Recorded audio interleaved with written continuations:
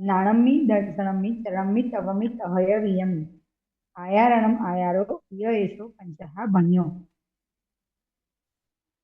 काले विनय बहुमाने उवहाने तह अन्यनहमने भंजन अथ तदुभये अर्थविहो नाणम आयारो बेगाथा नाणम्मि ज्ञान दर्शन चारित्र तप અને વીર્ય વીર્ય એ विषय में किया जाने वाला आचार आचरण आचार कहलाता है जो 5 प्रकार का कहा गया है। और काल विनय बहुमान उद्धान अनिहमन वंजन और तथा तदुभय ये ज्ञानाचार के 8 प्रकार बताए हैं। निसंख्य निकंख्य निवितिगिच्छ अमुददित्य उव उव तिरिकरणे वत्सल प्रभावाणे अर्थ निशंकता निष्कांक्षता निवितिगिच्छा अमुददित्य उव उव उपभ्रूमणा स्थिरीकरण वात्सल्य तथा प्रभावना ये दर्शनाचार के 8 प्रतिचार है। पणिहाण जोगृतो पंचहीन समीहीन तिहीन कुत्तिहीन ऐसे चरितायारो अर्थव्यो होई नायवो प्रणिधान पूर्वक 5 समिति और 3 गुप्ती का पालन करना यह 8 प्रकार के चरित्राचार के अधिकार है। पारसभ्यमी वितवे सपिंदर बाहिर રીતે अगिलाई अनाजीवी नायवस्तो तवायारो ग्लानि और आजीविका के उद्देश्य से रहित जिनेश्वर द्वारा कथित जो 12 प्रकार का बाह्य और अभ्यंतर तप है वह तपाचार कहलाता है।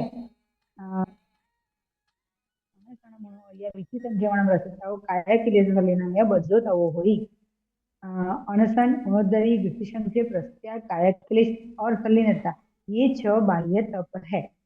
पायचित्तमिनो व्यावच्चम सहयो सजाओ जानन उसगो वियो अभ्यंतरो तवो होई प्रायचित विनय व्यावच स्वाध्याय ध्यान और उत्सर्ग यानी कि कार्य उत्सर्ग ये 6 अभ्यंतर तप है। अणिगुहि अबल विजय परक्कमी जो दहुतम आउत झुंझरिय जहां था हम नायवो विर्यायारो हम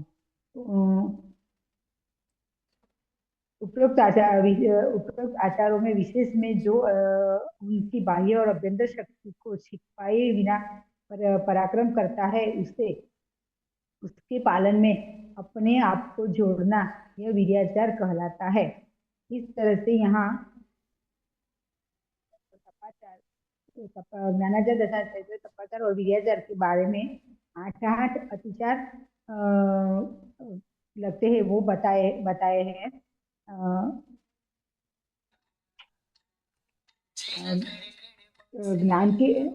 ज्ञानाचार ज्ञान के विषय में यानी कि ज्ञान के विषय में हमारी जो ज्ञान की तरफ से जो हमारी आराधना विराधना जो कोई होती है आराधना और विराधना इसमें जो विराधना होती है उससे हमें अतिचार लगता है।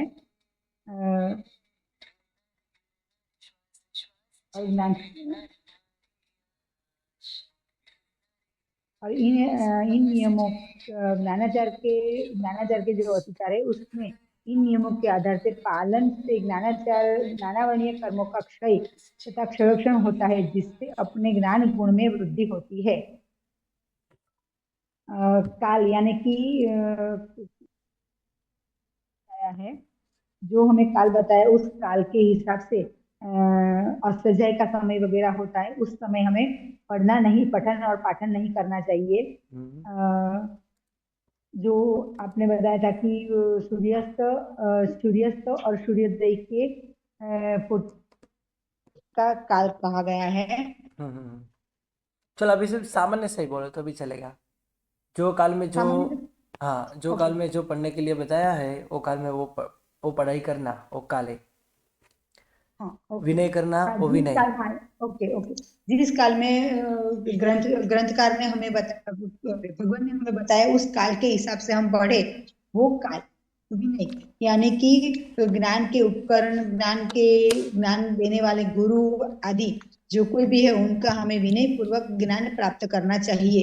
ये विनय बहुमान जो भी ज्ञान प्राप्त करते उस वक्त हमें उनके ऊपर विनय के साथ उनका बहुमान भाव भी प्रकट होना चाहिए। बहुमान रहित की क्रिया हमें बहुमान और विनय रहित की क्रिया हमें फलदायी नहीं होती है।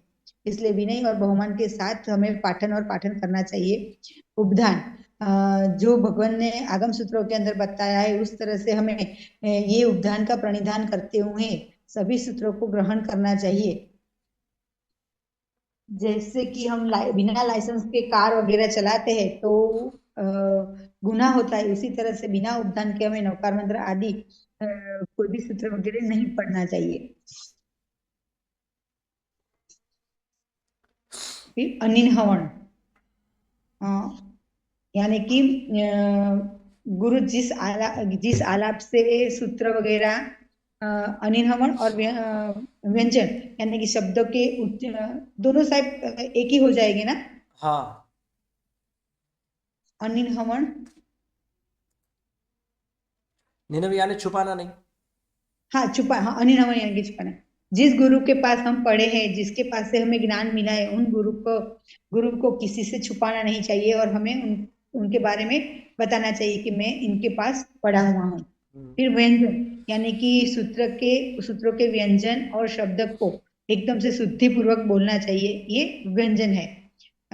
सारे उच्चारण वगैरह शुद्ध करके हमें बोलना चाहिए। अर्थ, जब भी हम सूत्र बोलते हैं तब हमें उसके अर्थ का चिंतन करते हुए अर्थ को बोलना चाहिए। तदु भाई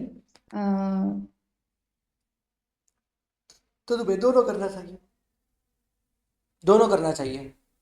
ओके, तदु भाई अर्थ अर्थ दोनों ही एक साथ ध्यान पूर्वक सूत्र बोलते टाइम हमें ये करना चाहिए। तो ये सब उपयोग रखने से ज्ञानाचार का भंग ये उपयोग रखने से ज्ञानाचार की आराधना तो, होती हाँ तो आराधना होती है, उसका भंग नहीं होता है। लेकिन जो हम इन सभी को चूक जाते हैं तो इससे हमारे ज्ञानाचार का है, अतिचार अतिचार लगता होती है। है। हाँ, चलो आज हमने ये ज्ञानाचार की बात की, कल हम दर्शनाचार की विशेष बात करेंगे, राइट। बाद में चारित्राचार के भी आगे करेंगे। तपाचार की इसके पहले हमने कल किया था। अनशन, अनशन यानी 4 आहार का त्याग करना हो। गुणोदरी यानी जितनी भूख है उसमें थोड़ा कम कम खाना, खाना। कम खाना। वृत्ति संक्षेप, जो द्रव्य आदि है उसमें कम लेना, उसका अभिग्रह करना। जैसे मैं आज 5 द्रव्य, और जैसे हम जो 14 नियम आदि धारते हैं तो याद करते हैं तो उसमें द्रव्य का भी परिणाम आता है। परिमाण हम नक्की करते हैं कि आज के दिन में इतने ही द्रव्य का सेवन करूँगा, तो वो वृत्ति संक्षेप है एक प्रकार का। बाकी सभी चीज़ का त्याग करना, और उसमें भी और भी आगे बढ़ के वृत्ति संक्षेप कर सकते हैं। चलो आज मैंने इतनी तो छूट ली, लेकिन बने हुए पदार्थ सिर्फ 5 ही है तो मैं 4 ही खाऊंगा, तो वृत्ति संक्षेप हुआ। रस त्याग, रस के बारे में मैंने बताया था कि 4 अभक्ष विगय का संपूर्ण त्याग करना और 6 भक्ष विगई का यथाशक्ति त्याग करना। ऐसा तो 10 से विगई का त्याग करना चाहिए। विगति यानी विकृति है, विकृति यानी दुर्गति के अंदर हमको जो लेके जाने की जिसकी पूरी कैपेसिटी है, ऐसा आहार यानी रस त्याग, रस है ना, ऐसा उसका त्याग करना चाहिए, रस चाव। काय क्लेश यानी काय को कष्ट देना। और संलीनता, जैसे पूज्य साधु साधी जी भगवान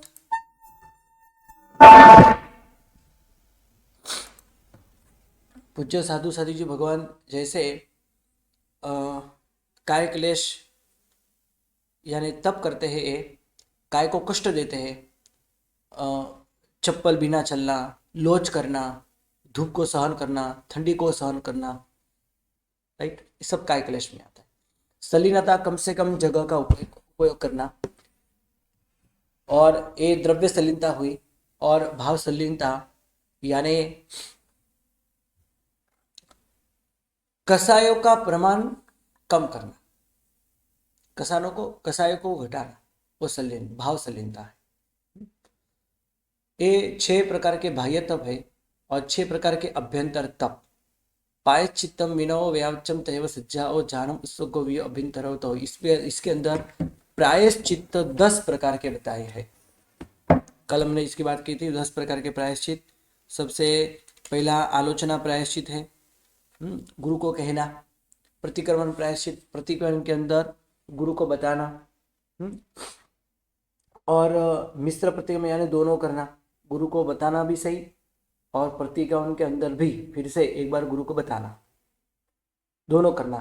विवेक प्रायश्चित, विवेक प्रायश्चित यानी अशुद्ध आहार हो या फिर बचा हुआ आहार हो तो पूज्य साधु साधु जी भगवान विधि पर उसका त्याग करते हैं। ऐसा त्याग करते हैं कि कोई जीव जंतु आके उसको खा न ले, और वही आहार ऑटोमेटिक नाश हो जाए उसका। तो इसका ध्यान रखते हुए पारिष्टापनिका समिति कर लेते हैं। तो ये उसको विवेक प्रायश्चित कहा गया है। ऐसे श्रावकों के लिए क्या है, भक्ष अभक्ष। जो भक्ष है उसको खाना चाहिए और अभक्ष है उसका संपूर्ण त्याग करना चाहिए। और जो भक्ष है वो भी लिमिट में खाना चाहिए और उसमें भी जो विगई आदि है तो उसको त्याग करना चाहिए। यथाशक्ति उसमें नियम करना चाहिए, धीरे धीरे करके उसको कम करना चाहिए। तो ये विवेक प्रायश्चित है, राइट।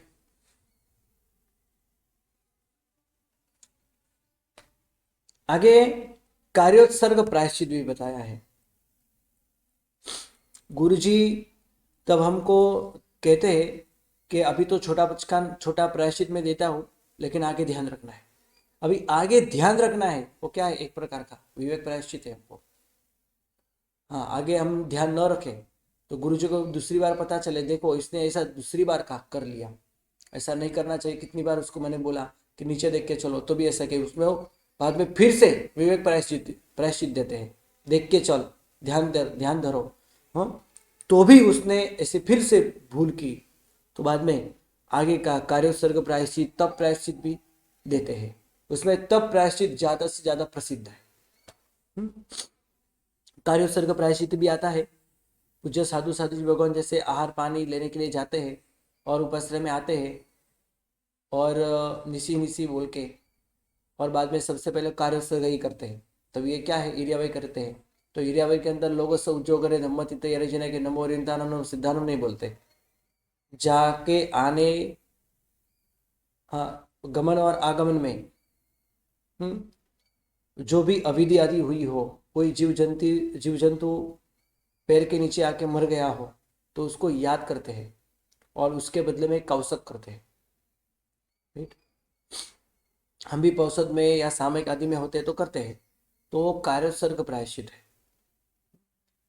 जैसे पौषद में हम होते हैं तो थले बाथरूम आदि बड़ी लघु नीति बड़ी नीति करके आते हैं, तो बाद में आके क्या करते हैं, कार्योत्सर्ग करते हैं। ये कार्योत्सर्ग प्रायश्चित सामान्य प्रायश्चित है भी, और उसमें कोई बड़ी भूल हो जाए तो तब प्रायश्चित भी आता है हमको। अपराध के दंड हेतु गुरु जैसा तप करने के लिए कहते हैं और जितने टाइम में पूरा करने के लिए कहते हैं उतना करना, वो तप प्रायश्चित है।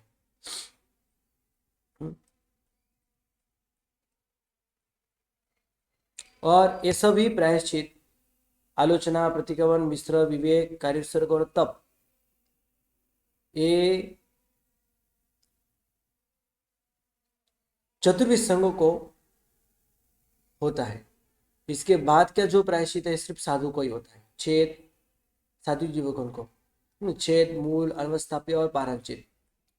पारंचित जैसा प्रायश्चित जो है वो साधु का ही होता है। छेद प्रायश्चित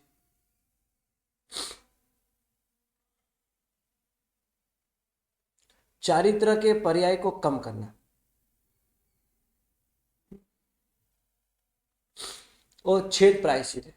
इससे क्या होता है, तो उनसे जो छोटे हैं ना उनको भी उनको वंदन करना पड़ता है ना।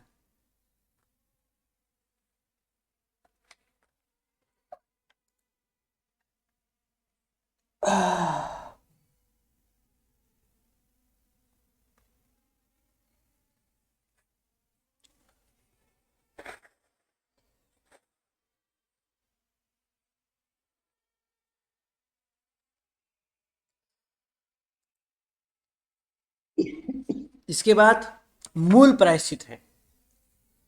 शिष्य के ऐसे कोई बड़ी भूल हुई हो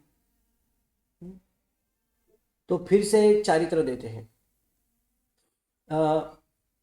पूर्व पर्याय का छेद करते हुए बड़ी दीक्षा जो देते हैं वो मूल प्रायश्चित है। और अनवस्थाप्य प्रायश्चित, जब तक वो भूल के बदले में दी गई आलोचना पूर्ण नहीं करते, तब आदि पूर्ण नहीं करते, तब तक वेशधारी रहते हैं, उनको वंदन आदि कोई भी प्रकार की क्रिया नहीं होती।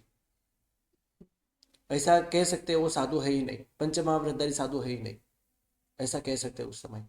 और इसके बाद वो प्रायश्चित आदि पूर्ण कर ले, खुद की भूल वो स्वीकार कर ले और भूल सुधार भी ले, तो इसके बाद पूरी सावधानी के साथ फिर से 5 महाव्रतों का उच्चारण करवाते हैं।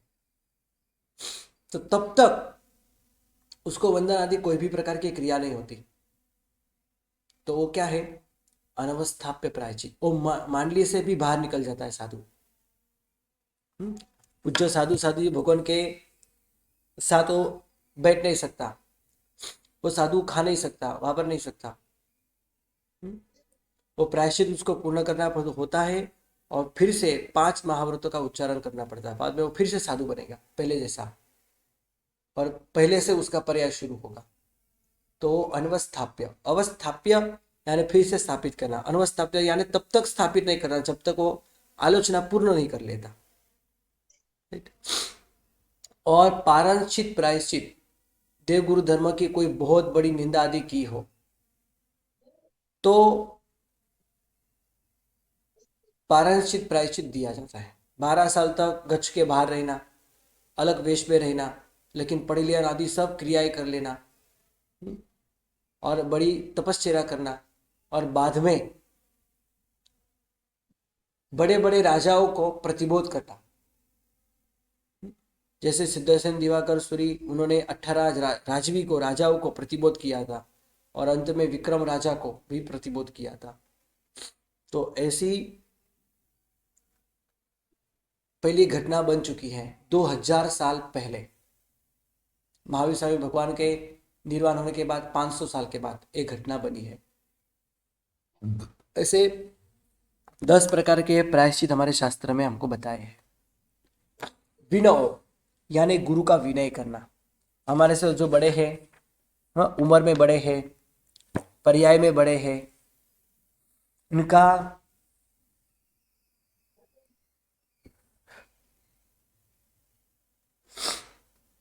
विनय करना। वो विनय नाम का तप है। किस हेतु से विनय करना? कर्म के नाश हेतु। कर्म का नाश हो, मुझे भी ज्ञान की प्राप्ति आदि हो, ऐसा विचार करके विनय नाम का आचार यहाँ पे बताया है, तब बताया है। इसके बाद है, और शास्त्र में तो 7 प्रकार के भी विनय बताए हैं। बोलो, बोल। हम्म।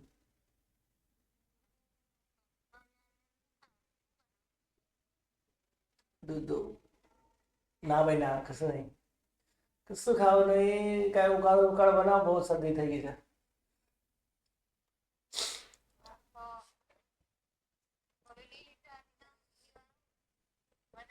હા એને બનાવી દે, કંઈક કંઈક સારું બનાવો, કંઈક, હા કંઈક સારું બનાવો, ખાઈએ અમે.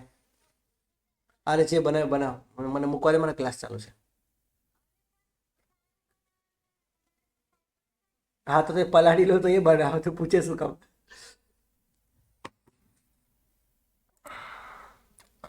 7 प्रकार के शास्त्र में विनय भी बताए हैं।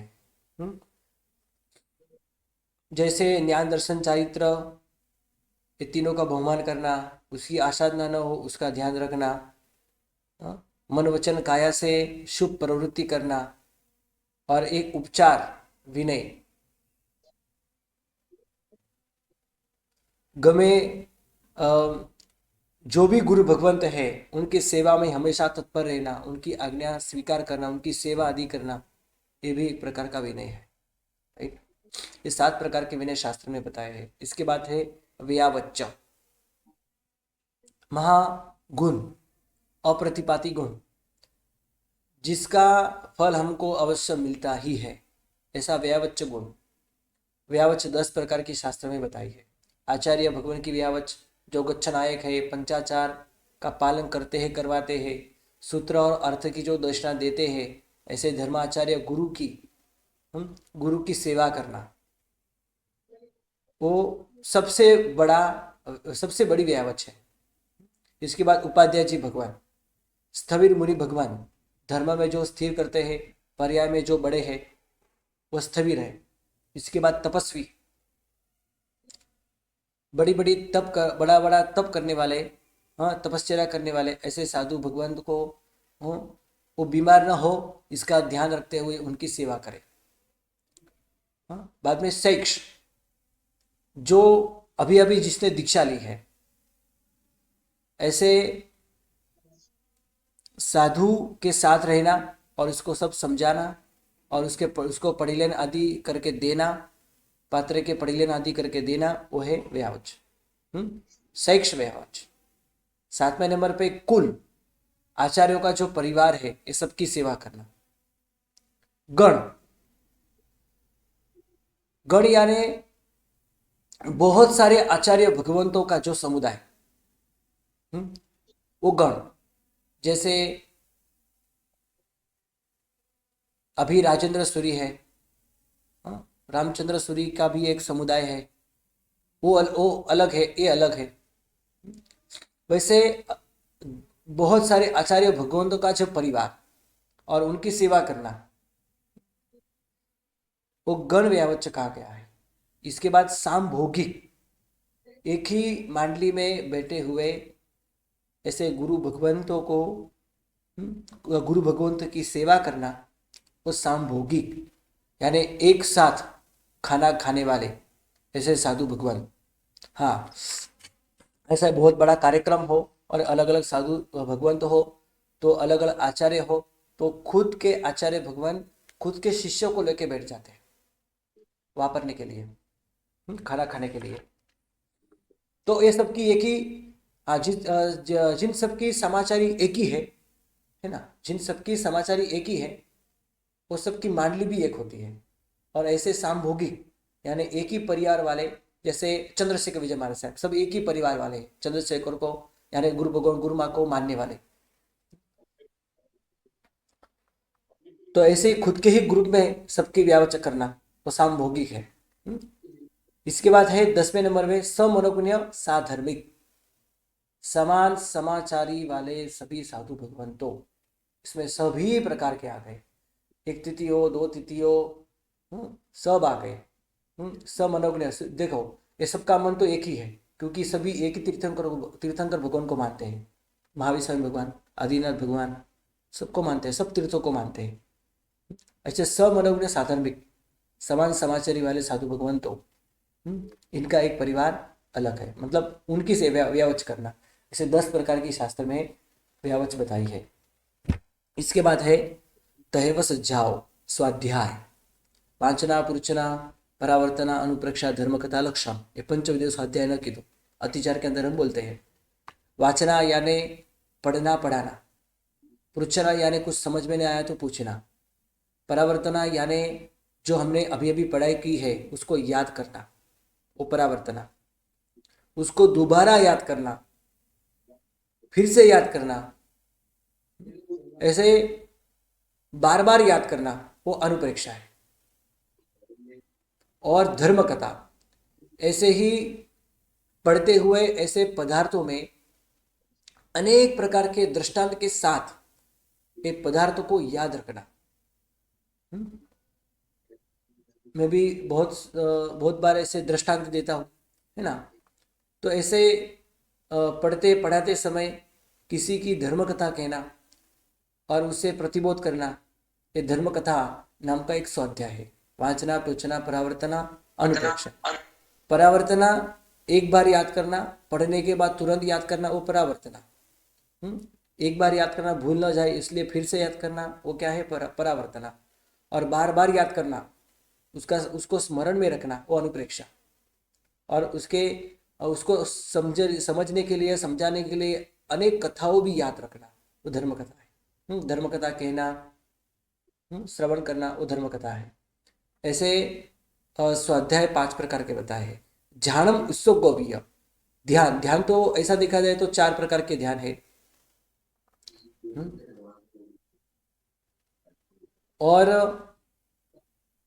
ध्यान की जो व्याख्या है सबके लिए अलग अलग है। केवली भगवान की अपेक्षा से ध्यान यानी योग का निरोध करना।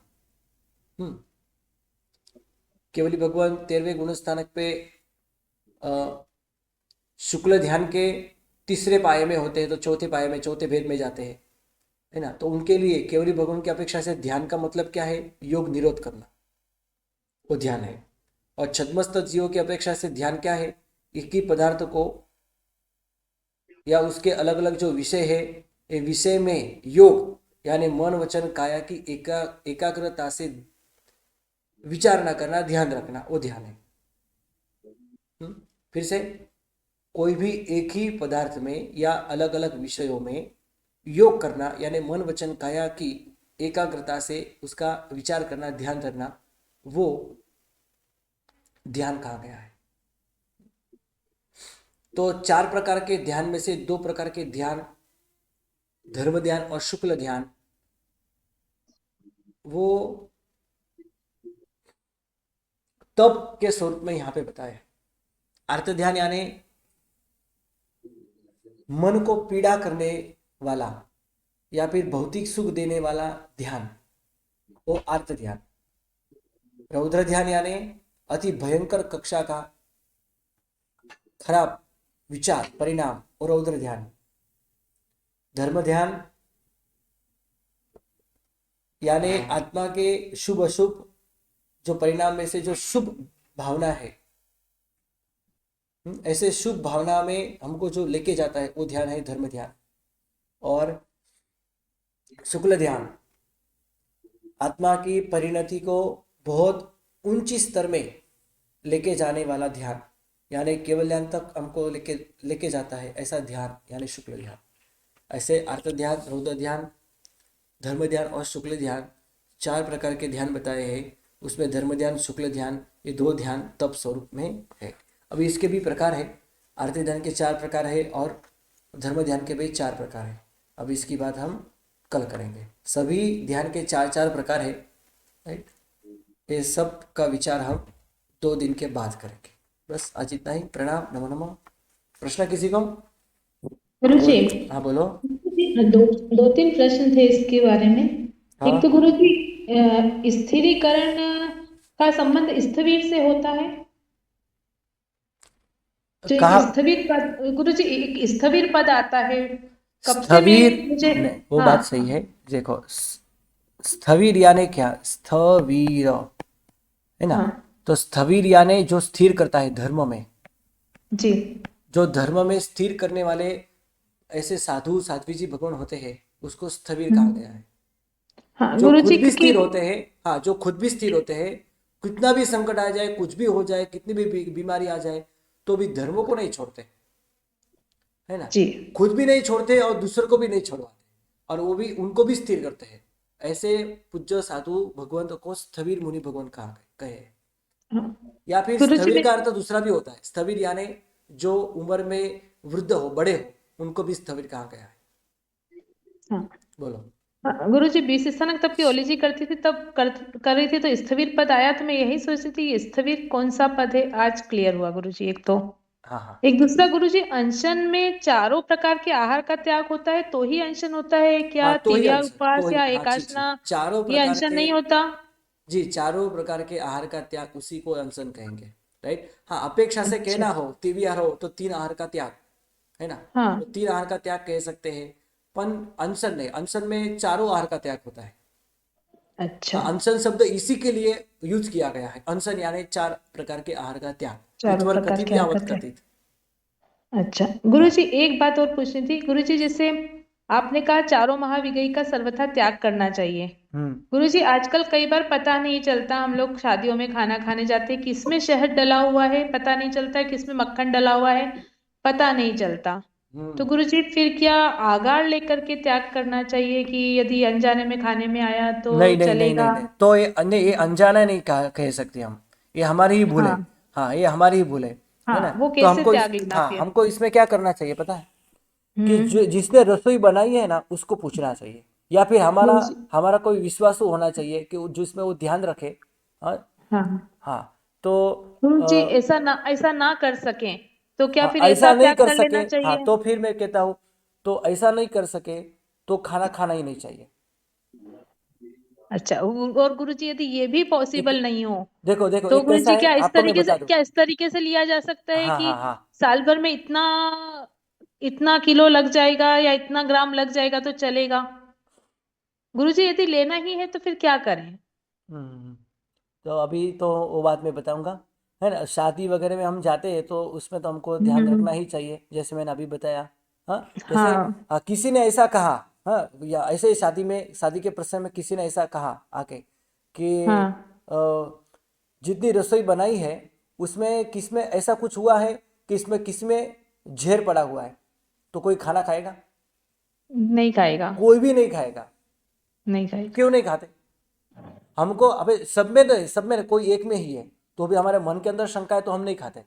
तो वैसे ही हम्म। पूज्य साधु जी भगवान को मन के अंदर शंका होती है ना, तो अल्प मात्र भी आहार वो ग्रहण नहीं करते।